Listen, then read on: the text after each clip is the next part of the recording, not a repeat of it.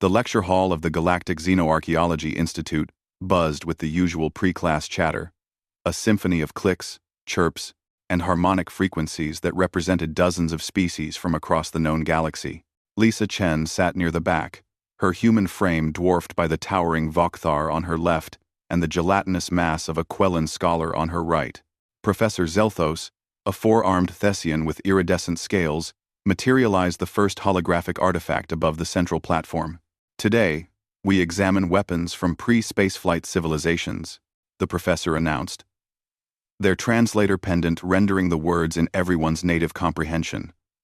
These relics reveal much about species' evolutionary paths and cognitive development. The first projection showed a wickedly curved blade, its edge serrated and its handle adorned with alien script. This is a Kryn war scythe from their third dynasty, approximately 8,000 cycles ago, Zelthos explained. Note the ceremonial engravings and the metallurgical composition suggesting advanced smelting techniques. Lisa leaned forward, squinting at the hologram. Something about it looked off. The grip placement, she muttered to herself, but her human voice carried farther than the subdued harmonics of her classmates. Several heads and head analogues turned toward her. Miss Chen, Professor Zelthos's three eyes focused on her. You wish to contribute? Lisa felt her cheeks flush. I'm sorry, Professor. I was just thinking, that handle looks uncomfortable to hold. The angle is wrong for the blade's weight distribution. A ripple of what might have been amusement passed through the class. The Vokthar beside her made a grinding sound that their species used for laughter. Professor Zelthos, however, tilted their head thoughtfully. Explain. Lisa stood, approaching the hologram. Look at where the grip meets the blade. If someone actually swung this, the torque would twist their wrist at this junction point, and these decorative ridges, they'd dig into your palm after a few strikes. This was probably ceremonial, not actually used in combat. The professor's scales shifted through several colors, their equivalent of a frown. The archaeological record suggests otherwise. This was found in a warrior's burial mound. Number 1. Maybe it was buried with them because it looked impressive, not because they used it, Lisa suggested. Trust me. I've held swords before. Medieval European longsword training. This design would be impractical in actual combat. Jackson Martinez, the only other human in the class, spoke up from across the room. She's right, Professor.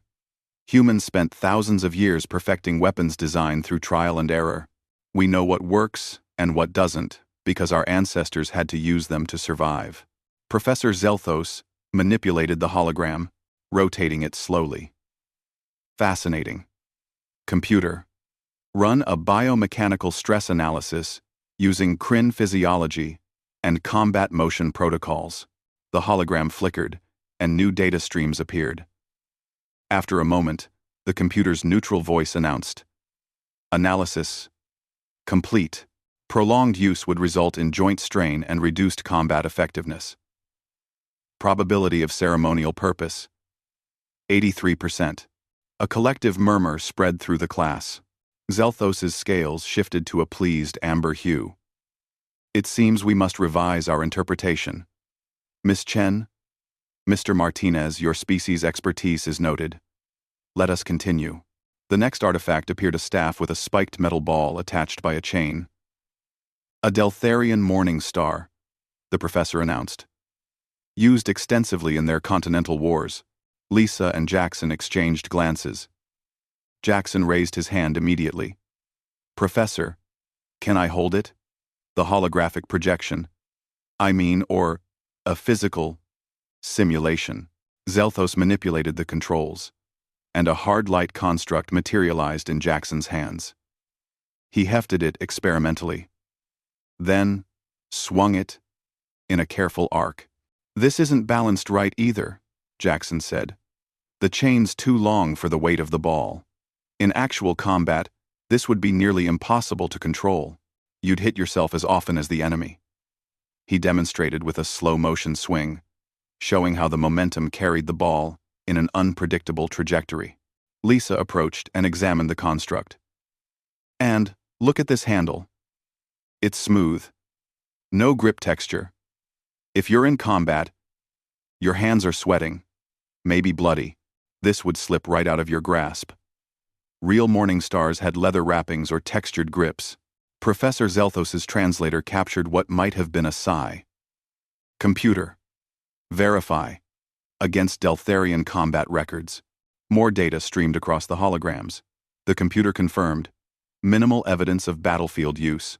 High probability of status symbol, rather than practical weapon. The Quellan scholar beside Lisa bubbled with what their species expressed as confusion.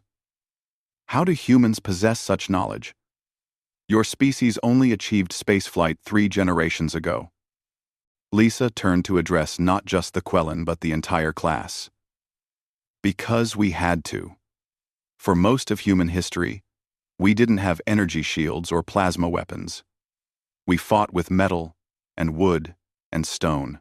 Our entire civilization was built on figuring out the most efficient ways to kill each other and survive each other's attempts to kill us.